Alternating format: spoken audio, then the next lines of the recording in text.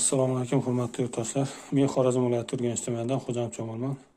Men 2 kun oldin internetdan ko'rib, mana shu suv filtrini zakaz qilgandim. Samarqandlik Bektosh akadan.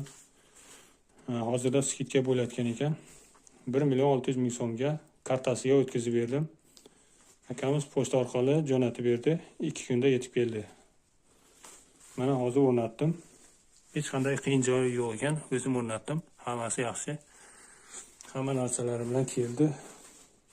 Men sizlarga hozir suvni qattiqligini tekshirib beraman. Hozir mana vodoprovod suvimiz.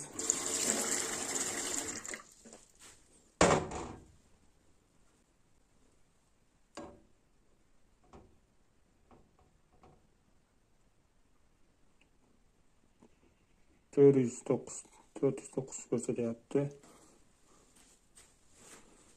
Endi mana bu filtrimizdan chiqayotgan suvni tekshiramiz.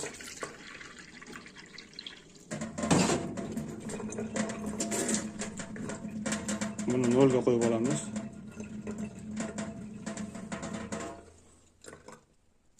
Mana 0. 29 ko'rsatyapti. Mana shu filtrni olishingizni tavsiya qilaman. Hammangizga mana shu hech qanday boshqa filtrlardan farqi yo'q. Falon pulga aldanib qolmanglar. Boshqa qimmat filtrlar olib